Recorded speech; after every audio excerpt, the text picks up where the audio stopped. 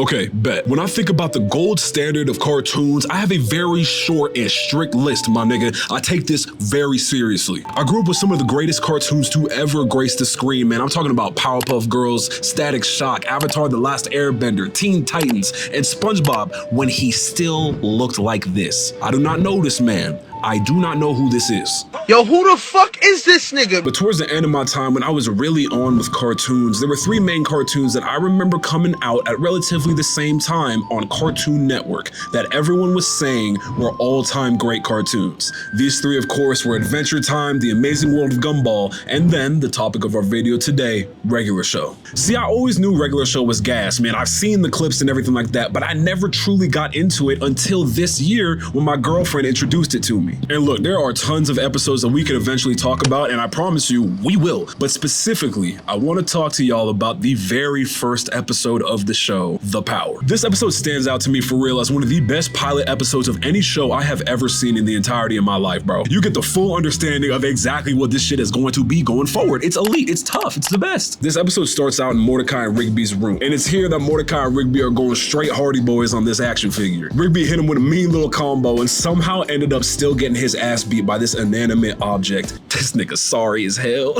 He tags in Mordecai and then my dude proceeds to down a Coors Light. This nigga Rigby on his stone cold shit right now. It's about this time that apparently the action figures started to talk shit to Mordecai and Rigby and they were not going for it. And then we're gifted with what I believe is the first of thousands and thousands of quotable moments in this show, bro. I think he wants me to put the hurt on him. I think he wants you to put the hurt on him. You think he wants me to put the hurt on him? Yes, I do.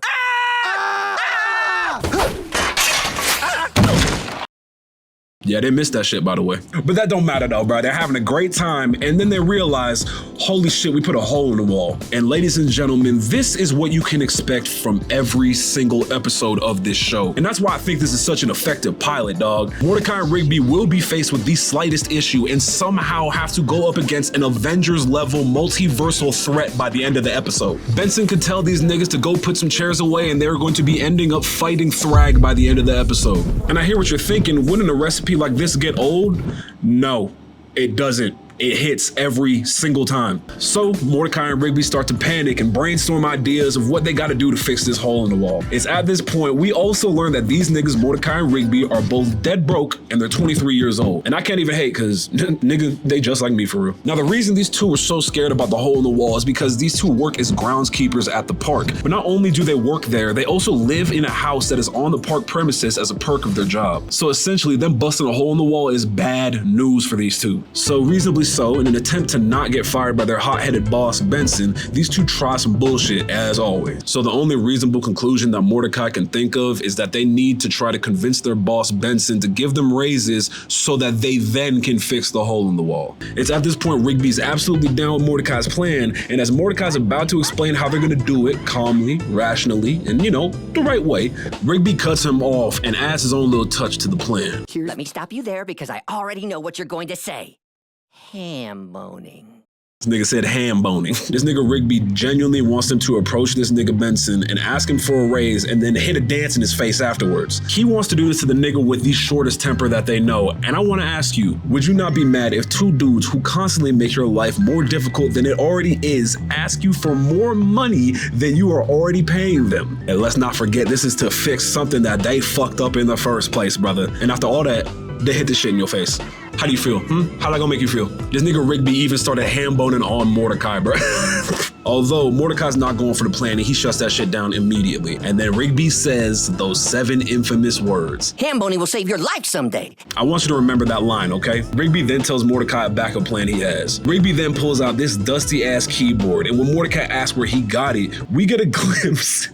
This shit funny as hell to me, I'm sorry. When Mordecai asks where he got it from, we get a glimpse into just how Rigby got this shit, bro, and it is hilarious. Rigby explains that he literally stole it from a wizard who was taking a piss in the park.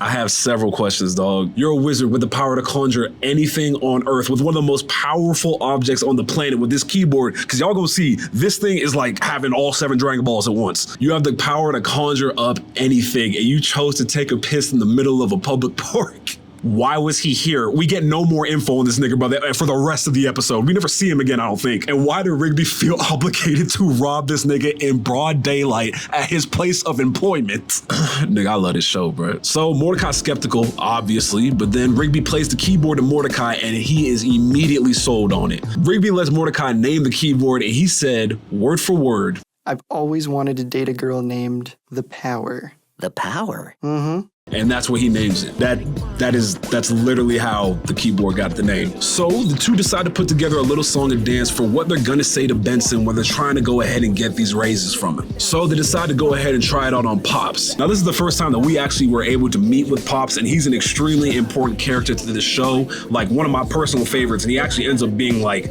I think, the most important character in the show at the end. Pops is essentially a gigantic lollipop with a brain that stopped developing back in the 1920s, but he's got a heart of gold, so you know, we love Pops anyway, man. So essentially they end up doing the dance for Pops, and once they're done, Pops gives them 2 lollipops, which is weird, but at the same time, you know, you could chop that up to Pops just being a nice guy, and it gave them the confidence to go ahead and approach Benson and try the same exact thing. And at the end of it, these niggas had the audacity to say, give us a raise, loser. And the shit works. That's the crazy part. The shit works. These two get $40 worth of a raise, but the important part here is that they now know they can get whatever they want with this keyboard. Instead of buying drywall and fixing the hole like 2 functioning adults, or even using the keyboard to just fix the drywall, I don't know, that could also probably work. They enter a full-blown montage of just going crazy, doing shit. These dudes made a bounce house. For some reason, Rigby was able to fly. There's a whole bunch of stuff just going on. It's confusing, brother. They're going crazy with their power. Stay locked in. But at this point, they run into my dog, my goat, the Piccolo of this show.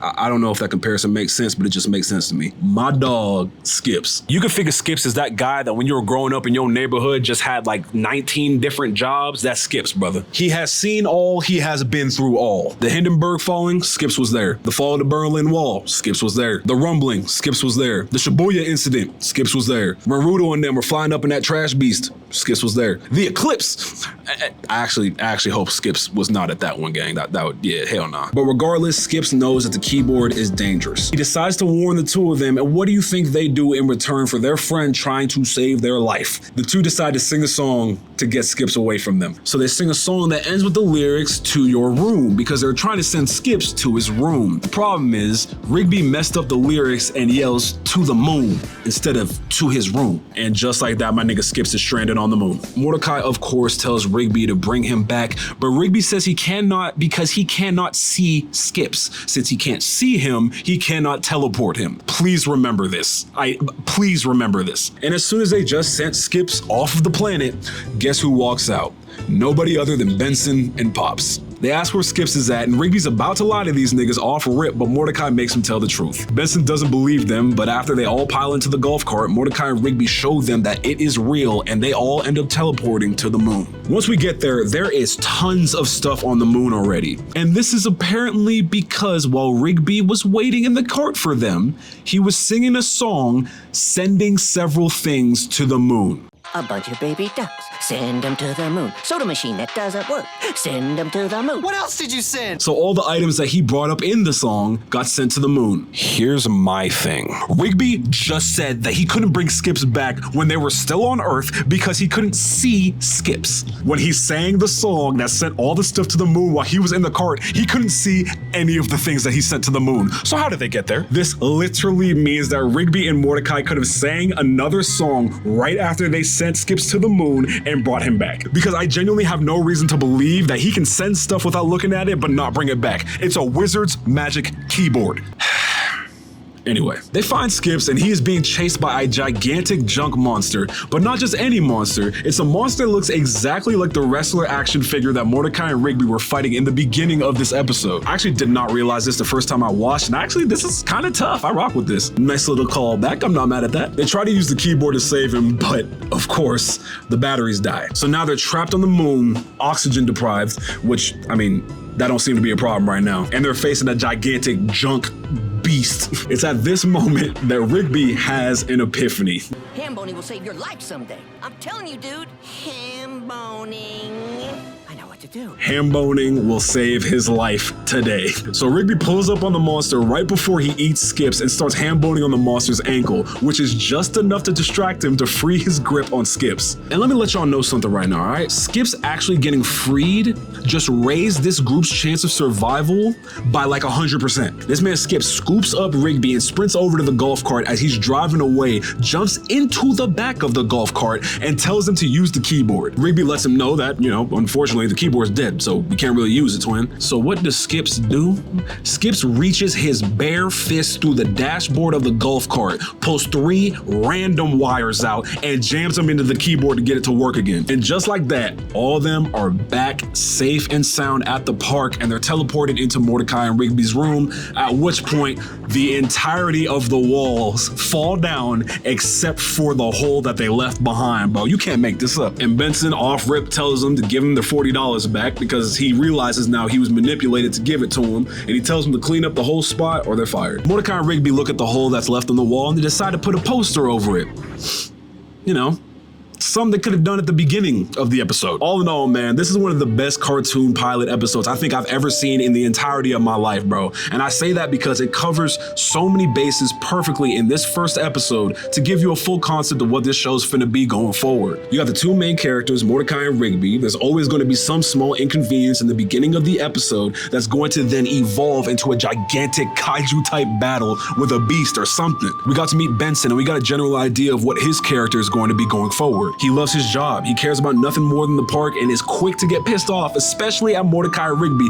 And, honestly, rightfully so most of the time. We got to meet Pops, who is a carefree, loving, amazing character, and he ends up being one of the most important characters in the entire show. And then we got to meet Skips, and we get an understanding that this man has knowledge that is beyond this world, and we will never understand it. Also, the episode takes place in space, a theme that happens very often throughout the entirety of this show. I mean, they spent a whole season in space, and then I'm pretty sure they went back to space. This first pilot episode also follows along with this gimmick that if you really watch the episodes, there's typically 1 or 2 points or maybe even 3 places before things really start to amp up that Mordecai and Rigby had the chance to do something different and they chose not to, that led to them being in the position that they're at. I love this show and I think it's an amazing one, and I thought it would be the best to talk about this show's pilot and I guess this channel's pilot. It's the first video we're posting. I love cartoons, man, and I truly believe this is one of the greatest cartoons the Cartoon Network has ever come out with. Make sure to leave a like on the video and subscribe.